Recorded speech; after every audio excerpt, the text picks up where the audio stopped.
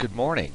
So today I want to take a look at the S&P 500 and some of the price movement we've experienced in the last few months. I want to take a look at this over several time periods to give you some perspective. And what I'm going to do is use some basic charting software that's actually available for free. I'm using a tool called freestockcharts.com, and you can set this up the same way I have if you'd like. But rather than go through the setup and documenting how we did this, I just kind of want to jump in with both feet and show you some of the things that I've been looking at. So what we can see right here is the S&P 500 index, also the SPX is the common ticker term that's used, and we're looking at this from somewhere in late 2009 when the most recent rally began, all the way through 2010. We see the market, and then the peak somewhere up here, and this was the week of May 6th, and then we saw another peak here in early July, and then we saw the market have a very aggressive pullback, and in this recovery up to the point we're at right here, and we can see that it's currently September 1st, and this is a live ticker here, so it's about 7:45 Pacific time, and we can see that somewhere around 1222 level. Now, the graphics I'm showing you here are kind of interesting. We've got a series of moving averages that we're looking at, and then some derivatives of those moving averages to get an idea where the market trends have been. And so you can see here these shorter term trends are the ones that roll over faster, and the longer term trends are a little flatter. And then we have this yellow line that's shaded a little darker underneath it. That's the 200 period moving average. In this case, the period is weekly. What I'm going to do is start to get a little bit tighter on our time frame. So rather than looking at weekly, I'm going to come in here and let's look at daily. And now we can see the price movement's a little bit more aggressive, and we're not looking back quite as far. We're just going to see the last several months. And so we have this price decline that started somewhere back here in July. And what I want to show people is, I've had a lot of questions about, well, is this market really in recovery mode or not?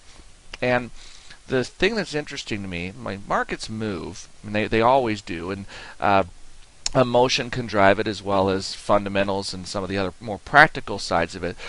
But the question that I keep asking myself and my customers is, what has fundamentally changed? Is our economic condition better? Are the financial conditions in Europe better? And the answer that I invariably come back to is, well, not really. So if that's the case, then what is going on here? Well, we have some tools that we can look at, and one of the things that I do a lot of is technical analysis. So it is the looking at price movement and volume movement, but in today's case we're just going to focus on price movement and see what's going on with the price and what does that tell us, because what we've seen historically is certain patterns retrace themselves. So I'm going to use a tool called the Fibonacci retracement. And what we're going to do is take a look, and I'm going to take this high point in the market, and then I'm going to retrace a line down to the low point, which is right down here on this daily scale. And I've got to put these drawings back on the chart. So let's go ahead and do all drawings. It's going to get real busy for a second here.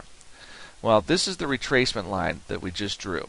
And I'm going to identify some of these other lines that were already on here for a reason. I've been tracking this for quite some time. So up here you see our last 2 points, and this line were slightly lower. So we had the high here and a lower high, and we've managed to not penetrate this previous higher high. Now we've seen a retracement, and then even though it's very faint, this price movement that's sort of zigged and zagged all the way back up to here. Now what's interesting to me is that we're in this zone right now. Here's this blue band, and there's another blue band above it. See how they both hover over here? This is a 50% retracement and 61.8. Well, 50 is fairly significant. It's very common for price movement, if you have a decline, to have a 50% recovery before a decline sets back in. So we look at that and also the same thing occurs if you have a breakout and everything moves upward very aggressively, then it's very common that you have some kind of pullback. And we use Fibonacci because it just seems that we come back to these price points again and again. It's as if the expression, history doesn't repeat itself, but it rhymes. Well, this is one of those scenarios. So here we can look at the different retracement bands. The reason these are significant, if I can go back out to the weekly chart again for a minute, is take a look at where these blue bands run back to. They go all the way back here to the previous high that we experienced in 2010. That's where this 50% retracement is. So it starts to set up another pattern that we often call a head and shoulders pattern. So here we would see the left shoulder, and then you go up to a head, and you come back down, and we'd see another low before dipping back somewhere into this range here, which tells me that we could potentially have a retracement all the way back into this 1,000 or lower level, even somewhere in this gathering where we had the price movement that was several months in this area. So with a low point, 1,000 or even potentially lower. So what I'm expecting right now is that we could have a pullback from this level somewhere, another 100-point or more pullback. Doesn't mean that it'll happen. Obviously, technical analysis guarantees us nothing, but it gives us an indication. So we'll look at the daily chart here, and the thing is, it doesn't matter which high point you select. I mean, we could say, all right, well, what about from the previous peak? Well, notice we're still pretty close to this blue band.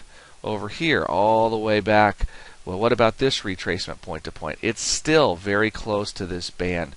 So somewhere in here, the market appears to be setting up a point of capitulation, and we're hitting this 50% mark. Now let me zoom in a little bit closer for you. We'll look at the hourly graph, and so now we're just looking at the past few weeks, and as you can see, we've got these Fibonacci lines, and we set up, and this was a rolling average. Look, it went right up, touched, came down below, then came back up and touched here, climbed on through, but sure enough, we're settling right in this range. And look at how many times we've tested right in this range. Look at the trend line of the 200-day moving average, barely above it. So if we manage to break out of this, I would look for somewhere in this next range here, 1250 to 1260. That was another retracement peak. But and so there was some resistance and support that we saw. But otherwise, we could see the market go back down from here. So anyway, I wanted to put this out there for you to take a look at. Well, what are things that I look at? And so I see these different trends and these different points of resistance. Bottom line, there still appears to me to be a fairly significant amount of risk in this market. The rally that we've seen, I'm not convinced is driven by fundamentals, but rather by technicals. And so as a result, entering the market right now could be considered dangerous. So I'd be very careful with your position sizing. And of course, the caveat that I have to put on the end of any of these videos is that this is not to be construed as investment advice. So I would certainly check with your own financial advisor. So we're not in the business of giving the advice, but rather just showing you what's going on here.